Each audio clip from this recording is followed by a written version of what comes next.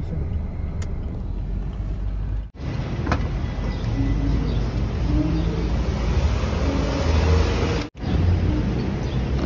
kap. Kabo.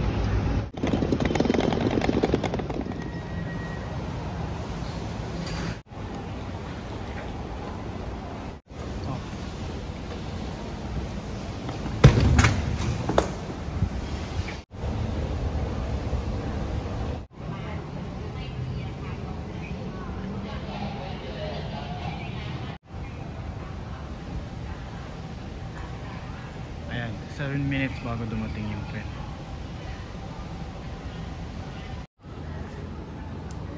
So, ayan, 3 minutes na lang malapit na yung tren. So, bali mula dito sa station na to, ang token na to papunta sa airport, 30 baht. Siguro sa peso, nasa ano rin yan, nasa 45 pesos. Depende. Malapit na daw yung train.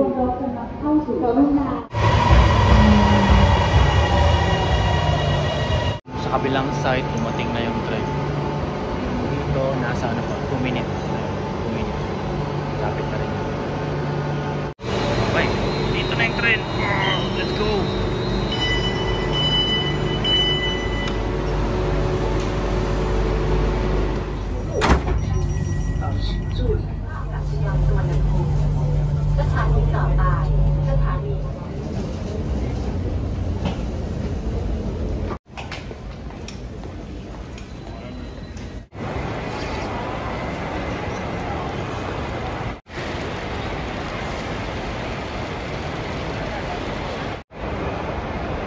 Okay, time check.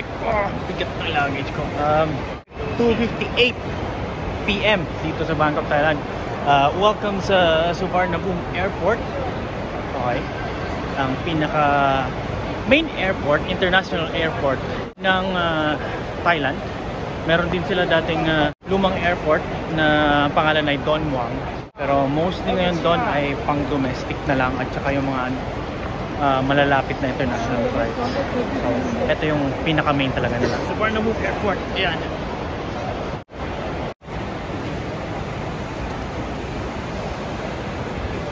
Hanapin ko lang kung saan yung airline ko. First time kong magbabiyahe sa airline na to, US Bangla. Ayan. So, parang isa sa mga flagship ata na airline ng Bangladesh bukod sa Biman Airlines. EFG yun, nagpass. Wrong. This is Thai Airways. Doon tayo sa kabila. Sorry. God. Okay, dito siya. Let's go.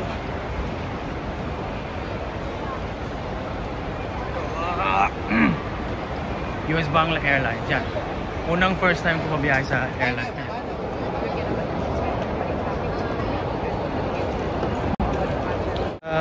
Boarding time 3:20. Okay. So boarding time na, halos ano na eh. 5 minutes na lang boarding time. Sir.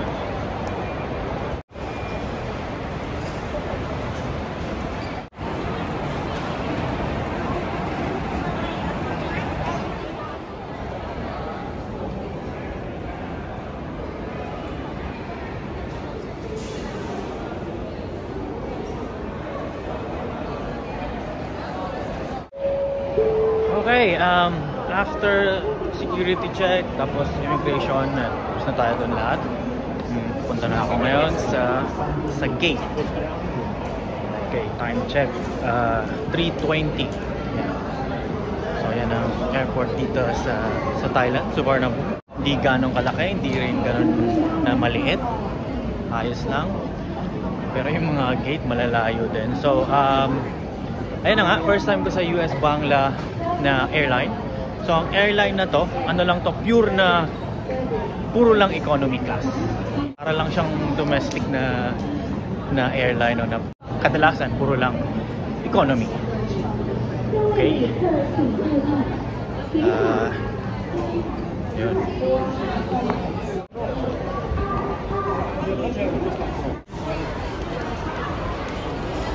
Okay, so bali ang gate ko ayun, E10. Yan. 11 minutes walk. Yan.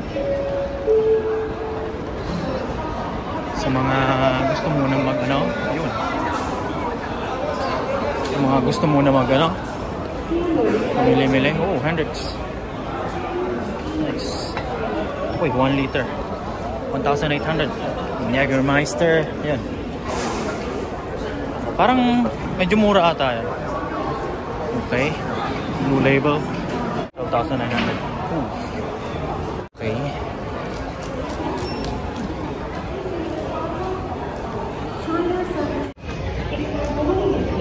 Kung mapapansin nyo yung duty free dito sa Bangkok, wala talagang ano, walang vape. Kasi nga naka-ban yung vape dito. Pero hindi ibig sabihin no, na wala kang mabibili sa Thailand or sa Bangkok ng vape. Meron naman eh, marami naman mga tindahan na sa Bangkok na nagbebenta ng vape. Pero kumbaga sa pinaka main market talaga, hindi mo siya makakita, naka-ban talaga siya. Yung rason na rin siguro kung bakit wala din talagang mga vape, mas pinopromote nila yung pag-legalize nila nung cannabis. Mas malaking industry yon, mas malaking kitaan siguro yun sa kanila kaysa nung mag-i-import sila ng mga vape sa ibang bansa. Yun. Sana ba?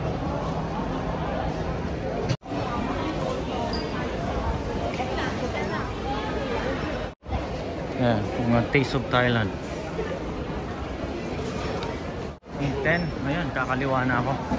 10.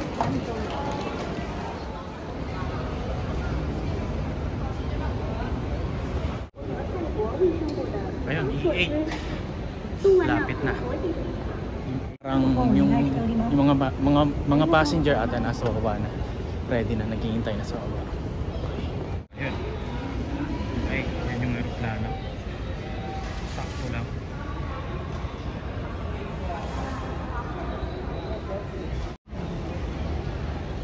Yan, boarding.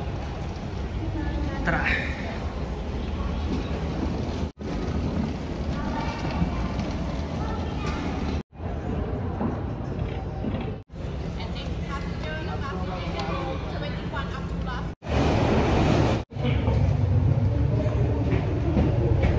Okay, time check, it's 3:42 na, boarding time. So time difference ng Bangkok tsaka Bangladesh, ahead ng isang oras yung Thailand. So 3:42 dito, nasa 2:42 pa lang doon sa Dhaka, Bangladesh. Hello? Yan. Okay. Yan. Okay, so window seat. Ayos.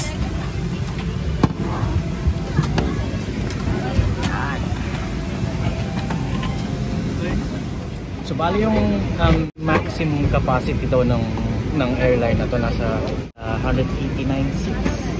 Pag ayan, yung punong-puno, 189. Mukhang hindi naman siya ganoon kapuno ngayon.